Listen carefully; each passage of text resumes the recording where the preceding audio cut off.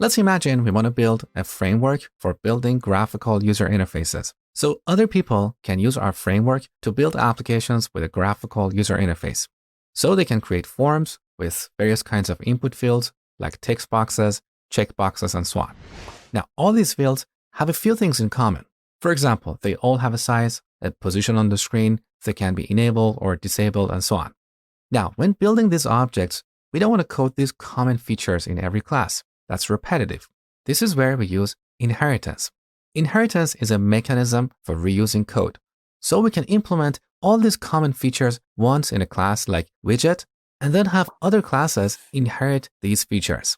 In this scenario, we refer to the widget class as the base or parent class, and the textbox class as the derived or child class.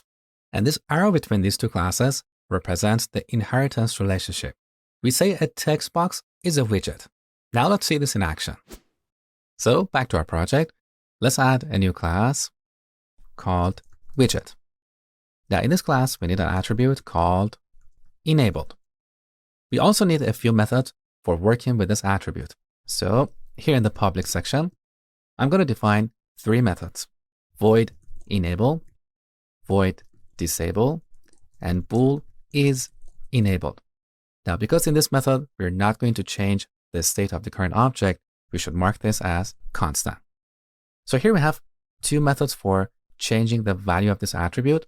Alternatively, we could have a single method like set enabled, and here we would have a Boolean flag. So here we can pass true or false. That's one way, but I personally prefer the other approach because now these methods are more meaningful. They're more meaningful than a setter. They're kind of like the buttons on a remote control, okay? Now let's implement these methods one by one.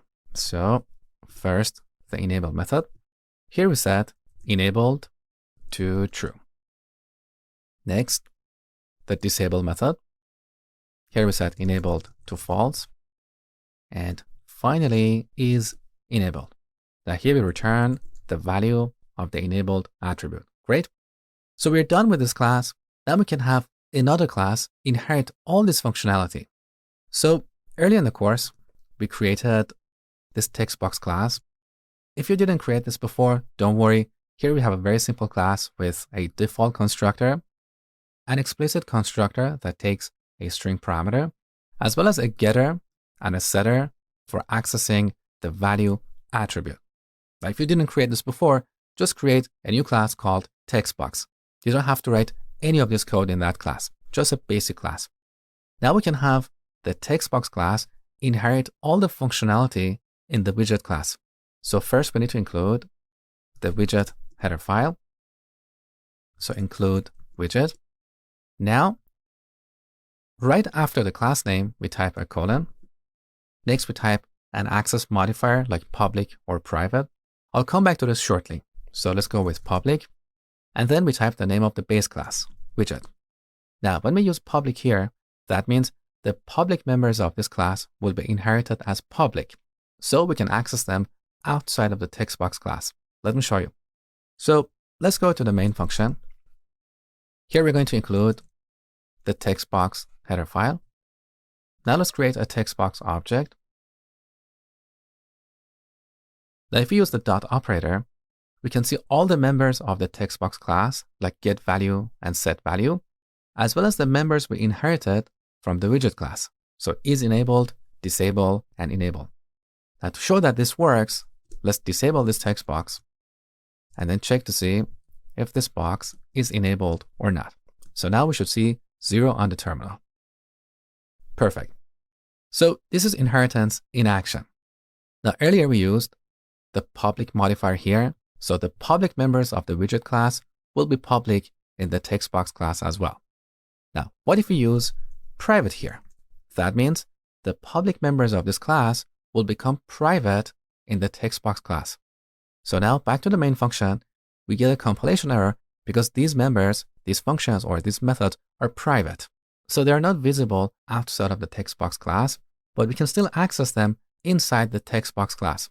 For example, if we go to the implementation file for the textbox class, anywhere in this file, in any of these methods, we can still access these private members that we inherited from the widget class. They're only accessible within this class, okay? Now, practically speaking, most of the time, I would say 99% of the time, we would use the public modifier here because the public members of the widget class represent the interface of this class. So if you want to inherit all these features in a derived class, we still want to have those features or those buttons. That is why most of the time we use the public keyword here.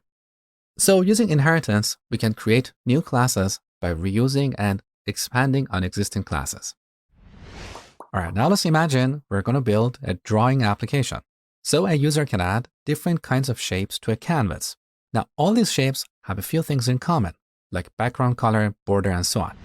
So as your exercise, create a new class called shape and give it an attribute called background. Then create two new classes that derive from the shape. It's super easy. I'm sure you can knock it out on your own in a couple of minutes.